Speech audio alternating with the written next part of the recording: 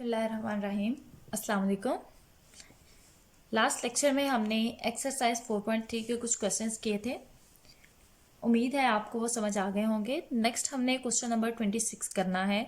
Question हमें given है, find the equations of two parallel lines perpendicular to 2x minus y plus 3 equals to 0 such that the product of x and y intercept of each is 3। तो पहले तो हमने इस question को समझना है, ठीक है। हमें क्या गिवन है? हमें गिवन है एक लाइन, ठीक है। अब जो लाइन गिवन है वो ये लाइन है 2x minus y plus 3 equal to 0। ये एक लाइन है, ठीक है। अब हमें गिवन है find the equation of two parallel lines, ठीक है। दो लाइंस की इक्वेशन फाइंड करनी है कि जो कि इसके परपेंडिकुलर हैं। तो दो पैरेलल लाइन इस तरह से होंगी, एक लाइन ये होगी और दूसरी लाइन ये होगी, ठीक है। ये जो दोनों लाइंस हैं ये इस लाइन के परपेंडिकुलर है, ठीक है। ये हमने फाइंड करनी है, ये है रिक्वायर्ड लाइंस। अब हमें गिवन क्या है? 2x minus y plus 3 equal to 0, ठीक है। अब गिवन लाइन है, गिवन लाइन हम यहाँ पे लिख लेते हैं। Given line is 2x minus 3y 2x minus y plus 3 equals to 0, ठीक है। अब कोई भी लाइन जो कि इस लाइन के परपेंडिकुलर हो, ठीक है, परपेंडिकुलर हो, उसके लिए हमारे पास इक्वेशन क्या आती है? x plus any line perpendicular to, ये साइन परपेंडिकुलर को हम इस तरह से भी लिख सकते हैं, perpendicular to given line is x plus 2y plus c equal to 0, ठीक है। ये हमारे पास है रिक्वायर्ड लाइन। अब लाइन की जनरल इक्वेशन आपके पास ये है, ठीक है। अब C है, दो लाइंस हमने फाइंड करनी है। तो C यहाँ पे क्यों लिखा है? क्योंकि जो भी दो पैरेलल लाइंस होती हैं उसकी जस्ट ये C वाली वैल्यू चेंज होती है, बाकी ये दोनों फर्स्ट वाली वैल्यू सेम होती हैं। तो ये हमने लाइन फाइंड करनी है। अब उन्होंने कहा है कि x इंटरसेप्ट और y इंटरसेप्ट, ठीक है, उनका मल्टीप्लाई करें तो 3 के इक्वल आना चाहिए।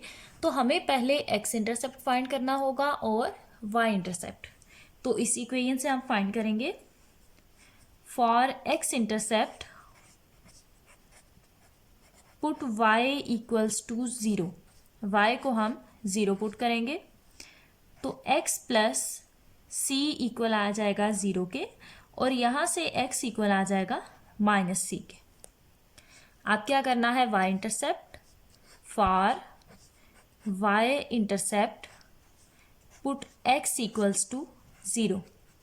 तो जब x को 0 पुट करेंगे 2y प्लस c इक्वल आ जाएगा 0 के, और यहाँ से c की वैल्यू आ जाएगी माइनस 2y, ठीक है। या y इक्वल आ जाएगा माइनस c ओवर 2। ये दो वैल्यूज़ आ गई, एक x की और दूसरी y की, ठीक है। अब हमें कंडीशन क्या गिवन है कि x intercept according to given condition,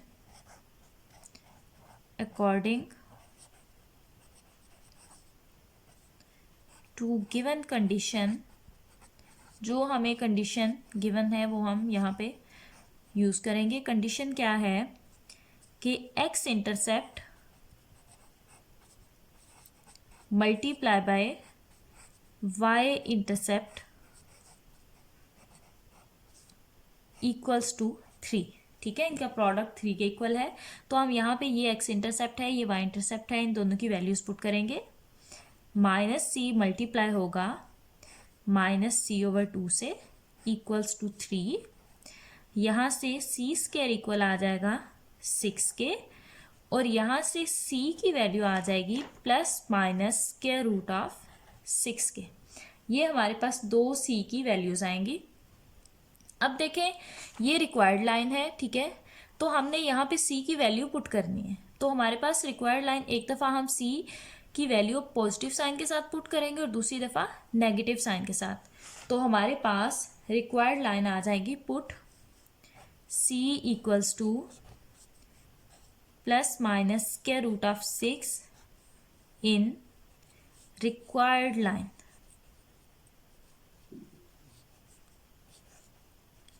तो ये इक्वल आ जाएगा x plus 2y plus square root of 6 equal to 0, और दूसरी लाइन आ जाएगी x plus 2y minus square root of 6 equal to 0। ये दो लाइन्स हमने फाइंड करनी थी, ये दोनों हमारे पास पैरेलल लाइन्स हैं।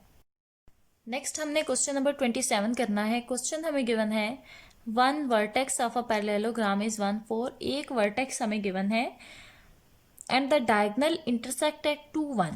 डायगनल एक पॉइंट पे एक दूसरे को कट कर रहे हैं, इंटरसेक्ट कर रहे हैं, वो पॉइंट हमें गिवन है।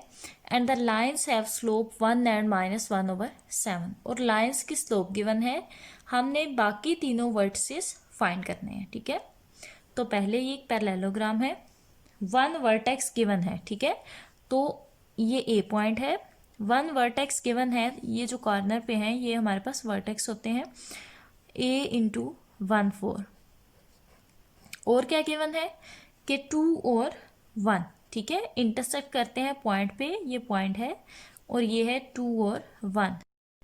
ये आपके पास डायगनल होते हैं। ठीक है, ये एक डायगनल है, ये दूसरा डायगनल है, ये एक दूसरे को एक पॉइंट पे कट कर रहे हैं, वो पॉइंट है 2 1। ठीक है, ये हमें गिवन है। और हमें गिवन है कि स्लोप्स, ठीक है, 1 एंड -1/7। ठीक है, तो 1 एक स्लोप हमारे पास ये होगी इस लाइन की 1। ठीक है, और दूसरा हमारे पास ये स्लोप होगी, स्लोप इक्वल टू -1/7। ठीक है, अब ये फर्स्ट वाला सेकंड और थर्ड, ठीक है, mean second third fourth vertex हमने फाइंड करना है, तो हम लेट कर लेते हैं। b है x1 y1, c है x2 y2, और d वर्टेक्स है x3 y3। ये हमने तीनों फाइंड करने हैं। अब लेट हम कर लेते हैं। ठीक है, ये तो यहाँ पे लिखा है, यहाँ सोल्यूशन में भी आप लिखते हो।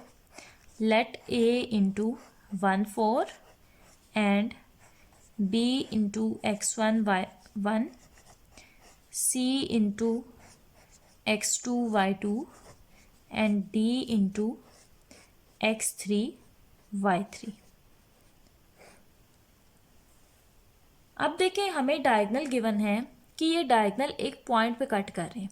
ठीक है, अब अगर हमारे पास इसका एक एंड पॉइंट ए है, दूसरा सी है, तो पी तो इसका मिड पॉइंट हुआ। ठीक है, पी क्या हुआ इनका, मिड पॉइंट। तो हम यहाँ पे मिड पॉइंट फार्मूला यूज कर सकते हैं। अब पी मिड पॉइंट है, तो मिड पॉइंट का क्या होगा कि 2 हमारे पास इक्वल आ जाएगा, since diagonal of a parallelogram, since diagonal of a parallelogram intersect at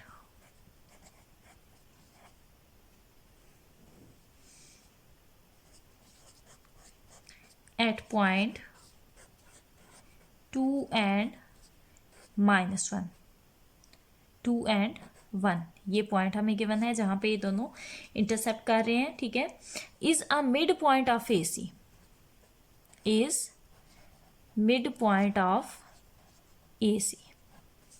ये वही बात है जो मैंने आपको बताई है, और यहाँ पे मैं लिख रही हूँ कि अगर ये ए और सी है तो पी इनका मिड पॉइंट होगा। तो अगर मिड पॉइंट है तो हमारे पास मिड पॉइंट किसके इक्वल आता है, मिड पॉइंट हमारे पास इक्वल आता है x1 plus x2 divided by 2, और y के लिए आता है, y वाली वैल्यू 1 है, तो 1 इक्वल होगा 4 प्लस y2 डिवाइडेड बाय 2। ठीक है, ये हमारे पास पहला जो किसी भी ऑर्डर पेयर में फर्स्ट वैल्यू x की होती है और सेकंड y की, तो 2 इक्वल आ जाएगा 1 प्लस x2 डिवाइडेड बाय 2। ठीक है, और सेकंड क्या है 1 इक्वल आ जाएगा 4 प्लस y2 डिवाइडेड बाय 2। यहाँ से हमारे पास दो इक्वेशंस आएंगी,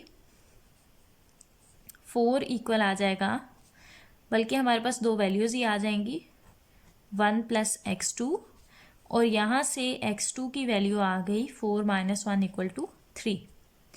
इसी तरह से यहाँ से एक वैल्यू आएगी 2 इक्वल होता है, 2 इक्वल आ जाएगा 4 प्लस y2, और यहाँ से y2 की वैल्यू आ जाएगी -2। ये x2 और y2 की वैल्यू हमारे पास आ गई। हैंस जो C पॉइंट हमने लेट किया था, hence C into x2 and y2, ये हमने C को लेट किया था, ये इक्वल आ गया 3 एंड -2। ठीक है, अब हमारे पास 2 पॉइंट्स रह गए जो हमने फाइंड करने हैं। अब वो फाइंड करने के लिए हम क्या करेंगे, स्लोप्स यूज करेंगे। अब हमें स्लोप क्या गिवन है, ए बी की स्लोप गिवन है 1। ठीक है, तो पैरेललोग्राम में अपोजिट साइड्स की स्लोप हमारे पास इक्वल होती हैं। ए बी और सी डी की स्लोप इक्वल होगी। ठीक है, इसी तरह से ए डी और बी सी की स्लोप इक्वल होगी।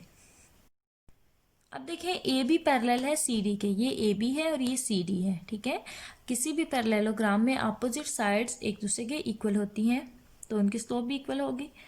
तो slope of A B equal होगी स्लोप ऑफ सी डी। ठीक है, इक्वल टू 1। ठीक है, क्योंकि हमें क्वेश्चन में स्लोप 1 के इक्वल गिवन है।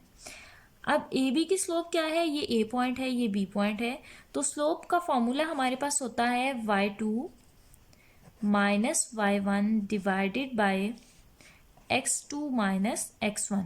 ये स्लोप का फॉर्मूला है, ये यूज करेंगे। तो ए बी की स्लोप आ जाएगी y1 minus 4 divided bye x1 minus 1। अब सी डी की स्लोप फाइंड करेंगे, तो सी डी की स्लोप इक्वल आ जाएगी y3 प्लस 2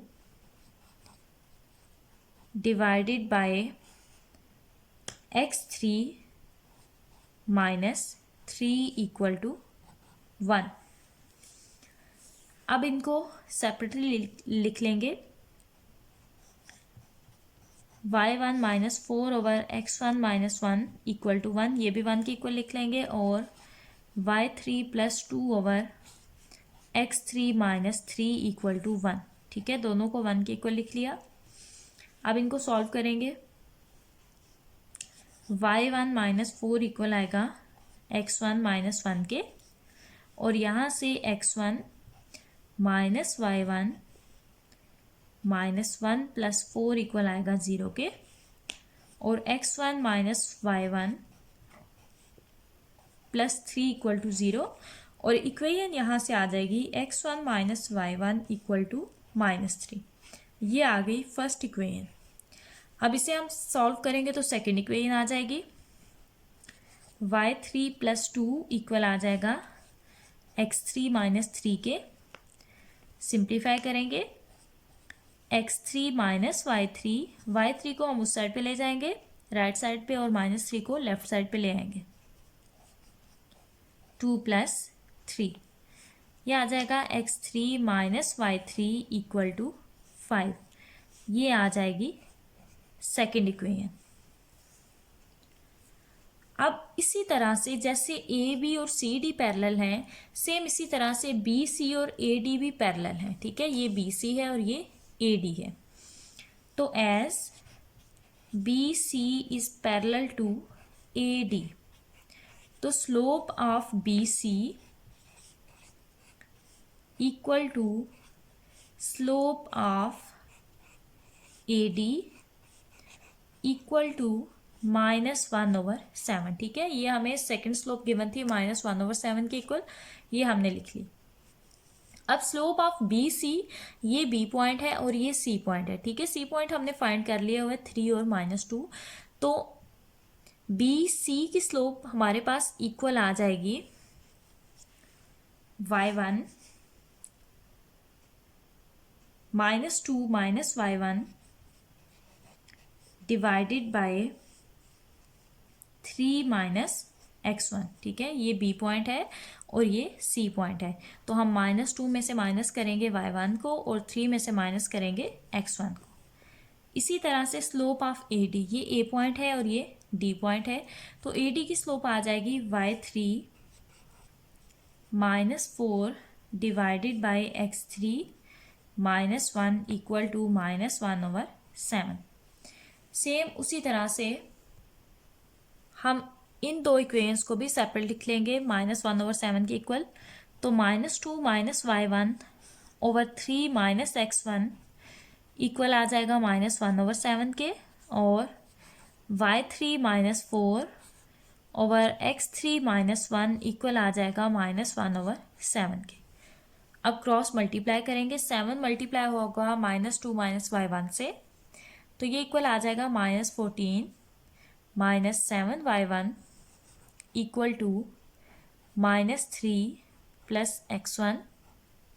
सिंप्लीफाई करेंगे, ये सारी वैल्यूज हम 7y1 को दूसरी साइड पे ले जाएंगे राइट साइड पे, और -3 को लेफ्ट साइड पे ले आएंगे।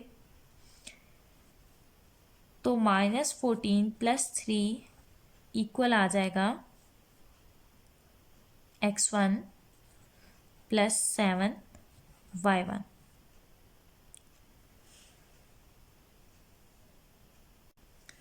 अब यहाँ से -11 इक्वल आ जाएगा x1 + 7y1 के। ये हमारे पास आ गई थर्ड इक्वेशन, ठीक है। अब हमने इस इक्वेशन को सॉल्व करना है, क्रॉस मल्टीप्लाई करेंगे, 7y3 - 28 इक्वल टू -x3 + 1। मज़ीद सिंप्लीफाई करेंगे, x3 को हम लेफ्ट हैंड साइड पे ले आएंगे और -28 को हम राइट साइड पे ले जाएंगे। x3 + 7y3 इक्वल टू 1 + 28, और ये इक्वल आ जाएगा x3 + 7y3 इक्वल टू 29। ये आ गई फोर्थ इक्वेशन। अब ये हमने चारों इक्वेशंस फाइंड कर ली हैं। अब हमने इनको सिंप्लीफाई करना है, x और y की वैल्यू फाइंड करनी है। x1 y1 और x3 y3 की हम वैल्यू फाइंड करेंगे। अब आप देखें कि ये फर्स्ट इक्वेशन है, ठीक है, ये हमारे पास थर्ड इक्वेशन है। अगर हम 1 और 3 को सब्ट्रैक्ट करें तो हमारे पास एक वैल्यू आ सकती है, ठीक है। Subtracting 1 and 3, equation 1 and 3। अब इक्वेशन 1 है x1 - y1 इक्वल टू -3, और इक्वेशन 3 है x1 + 7y1 इक्वल टू -11। तो जब भी हम सब्ट्रैक्ट करते हैं तो साइंस चेंज करते हैं, यहाँ पे पॉजिटिव आ जाएगा, यहाँ नेगेटिव और यहाँ भी नेगेटिव।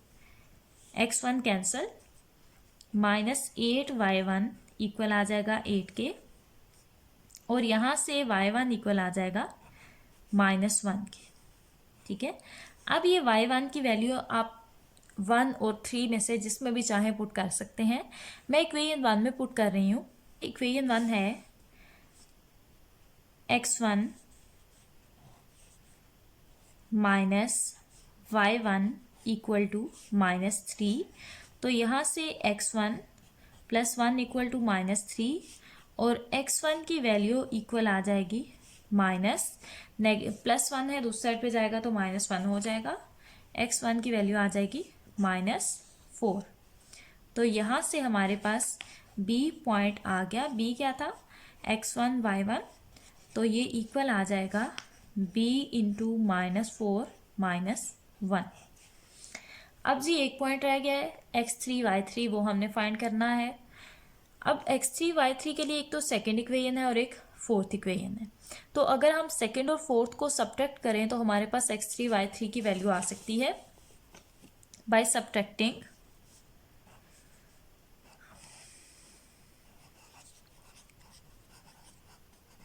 Equation 2 and 4। अब 2 इक्वेशन है x3 - y3 इक्वल टू 5, और 4 इक्वेशन है x3 + 7y3 equal to 29। Subtract करते हैं तो साइंस चेंज करते हैं, x3 कैंसल, -7 y3 -y3 आ जाएगा -8y3, और ये इक्वल आ जाएगा -24 के। यहाँ से y3 की वैल्यू आ जाएगी -24/8, -8, तो y की वैल्यू आ जाएगी 3 के इक्वल।